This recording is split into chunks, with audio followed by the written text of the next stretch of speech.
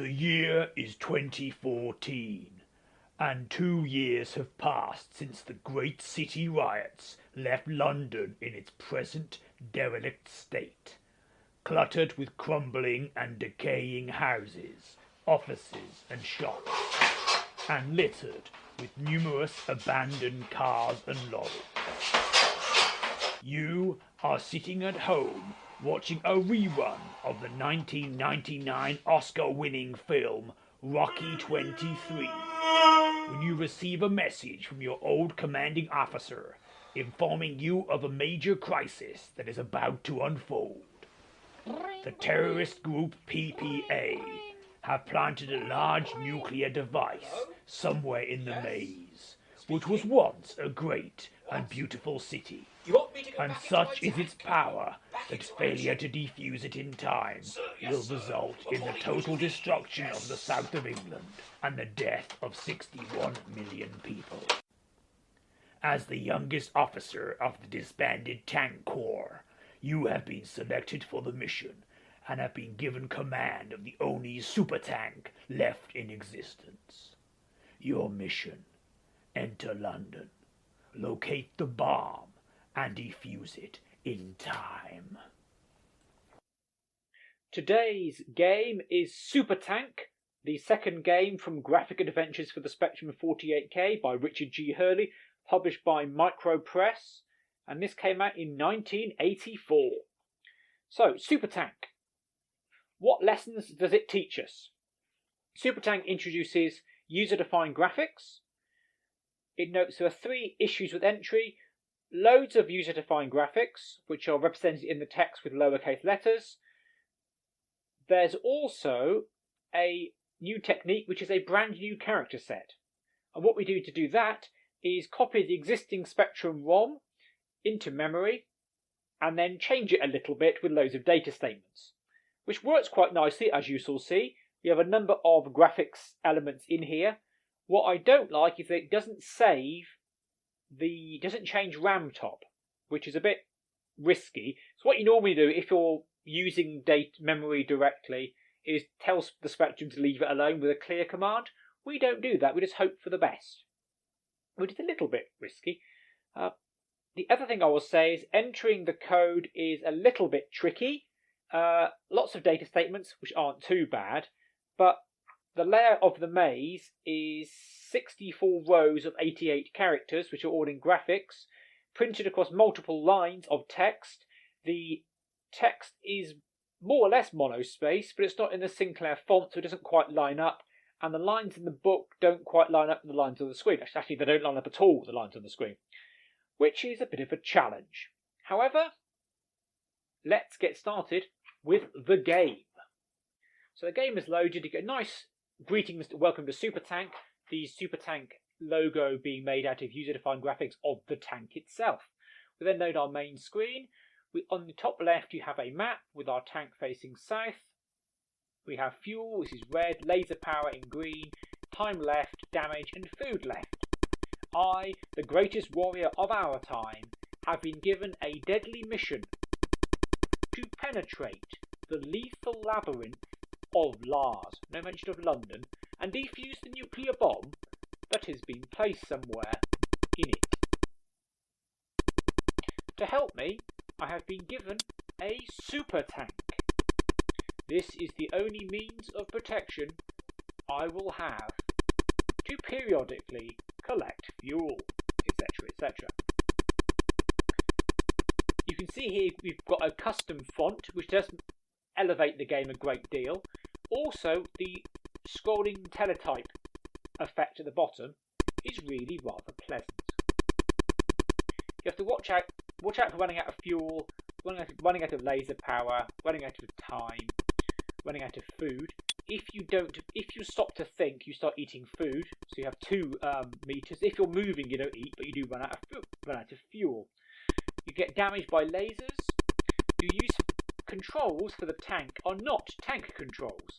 They are simple up, down, left, right, not tank controls forward, back, turn left, turn right, and 5 is fire. So it's Sinclair interface 1, I think, the left joystick.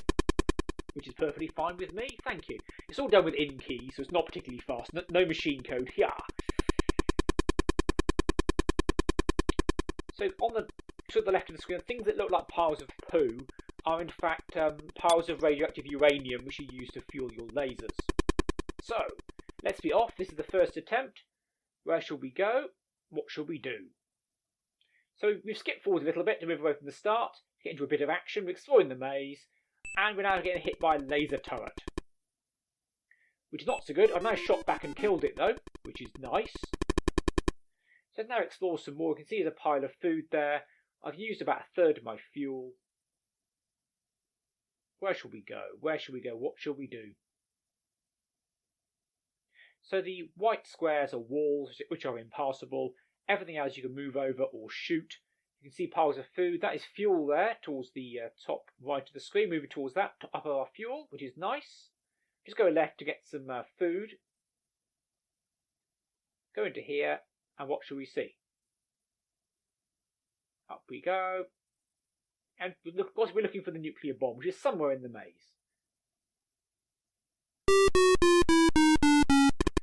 And I've hit a mine. It does say watch out for hidden mines. So you would think, make a note of this for later use, except I was looking through the code, working out, obviously the mines must logically be within the map. There wasn't a character you would see. In fact, whenever time you move, you have a 1 in 1,000 chance of hitting a hidden mine. In this segment here, I will hit a bug of my own I introduced by typing it in wrong, and then expose a rather greater failing in the game. Although this failing is at least relatively simple to fix. So I'm towards the top end of the map. The outer borders are all solid walls, so you can't get too close to the edge, which is perfectly reasonable. So I'm heading east, going to get that fuel. Everything is all going fine, all tickety-boo. Go and get the fuel, and suddenly I've crashed out of the program for no particular reason. So obviously try to continue and get subscript wrong 8530. So look in here. The actual error I've got is I've got the two coordinates swapped over because X and Y in this game are back to front. So it should have been IX, not XI. X has gone to 65, which is okay. But in my head I decided that means I've gone out of the grid. So I'm in row 7, and looking at the code, I see that row 7 of the grid is not defined at all. Row 1 to 5 are entirely solid, so the bottom 5 rows of the map. Row 7 they just miss out completely. I double checked, yeah, it's not there. So in lieu of knowing anything better, what to put between line 6 and line 8, I'm just putting in a single character on the left and a single character on the right. These are the lines I had to enter, 64 of them, most of them much more complex, because you have multiples of characters and food and fuel and lasers and whatnot, and in between there are 86 spaces. Aren't I good to you? So putting these in here means you've got a nice, tidy map, and we can't walk out the map. So now I'm going to save the game and go back and do it properly. Starting again in the middle of the maze, we're going to start off by heading south. What we need to do is work out where the bomb is. In a previous run, I was able to find where the bomb was, and unfortunately I couldn't get to it. It was behind a load of wrecked buildings, lorries, whatever, and the entrance to it was to the north. I could see that, but I was to the south of it and I couldn't find a way through. Eventually I managed to find the way through. I then ran out of fuel and then ran out of time. But this time we're going for the win. So we're heading to the east. Our fuel is ticking down. Plenty of time, plenty of laser power. Laser power isn't really much of an issue. You only fire at the laser installations and they do hurt you. So then you shoot them back. And generally speaking, you're okay unless you mess about. The big risk, hit by a laser, is running into a mine, because you have no control over that, which is not enormously fair.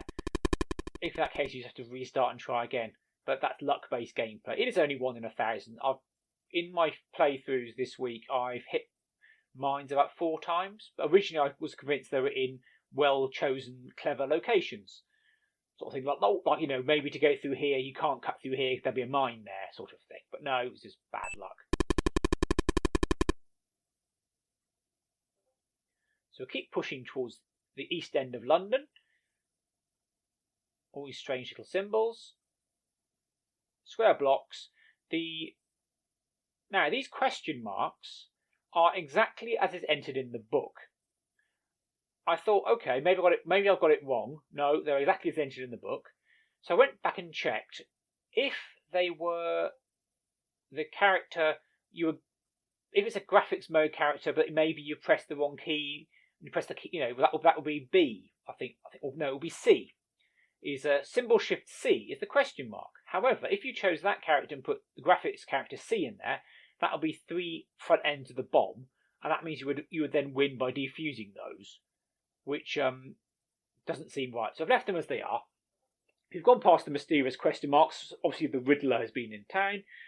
We've used half our fuel. So pushing along here, there's going to be attacked by another laser in a second. So I'm going to go push past it, because turning will get me hit a couple of times more. So it's better in this case to just keep pushing forwards. My food is fine. You only use food if you stop to think, but the timer doesn't stop if you're thinking. The only thing that stops is your fuel gauge.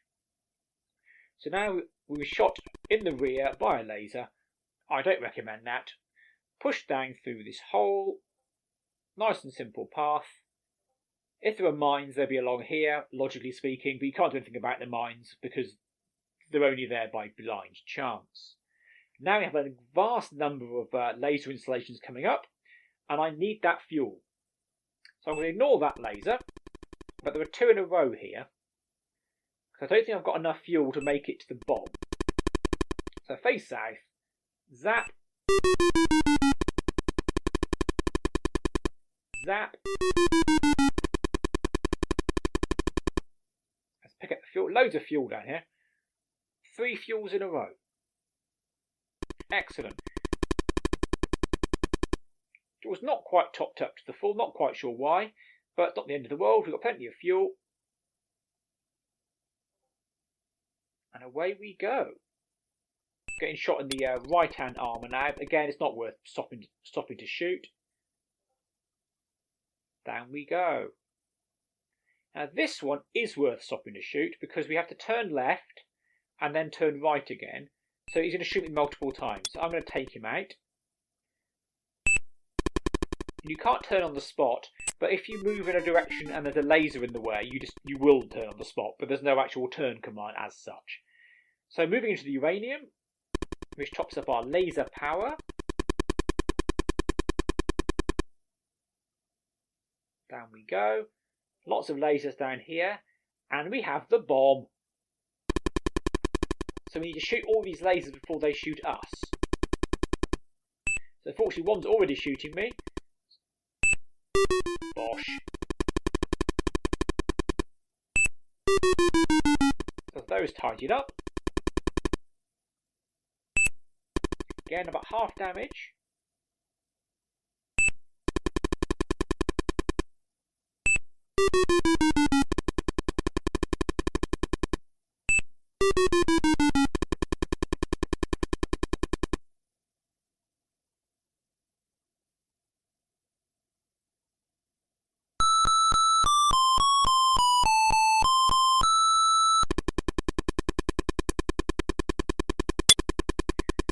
I've successfully defused the bomb. I'm a real hero. 100% score. Now that is how you save London. And now on to my final thoughts. I quite liked that. Things I don't like. Mines. Mines are instant death and are entirely random. If they're instant death, they should be in fixed positions and then you can remember where they are. As they're random, it should be something like you take a heavy damage, like maybe 30 or 40 damage points. You start with 120 or so. So maybe take a 30 or a strength taken off, which is punishing, but not too bad. Entering the maze itself, there are 64 rows of 88 characters, and the code doesn't say what they are. I've seen some type-ins where there's a comment after the line that says we've got 15 graphics characters, then you've got 4 spaces, and then 3 this, and then 2 that, and then you're trying to count spaces. The lines don't quite line up. Font is very nice. There's a better way of doing the font involving machine code. Basically, you copy the Spectrum font, do some shift a bit to the right, and some kind of OR instruction, and then it looks quite nice. It's very efficiently done. I don't like it not having clear, but overall, SuperTank is pretty super. Thank you for watching.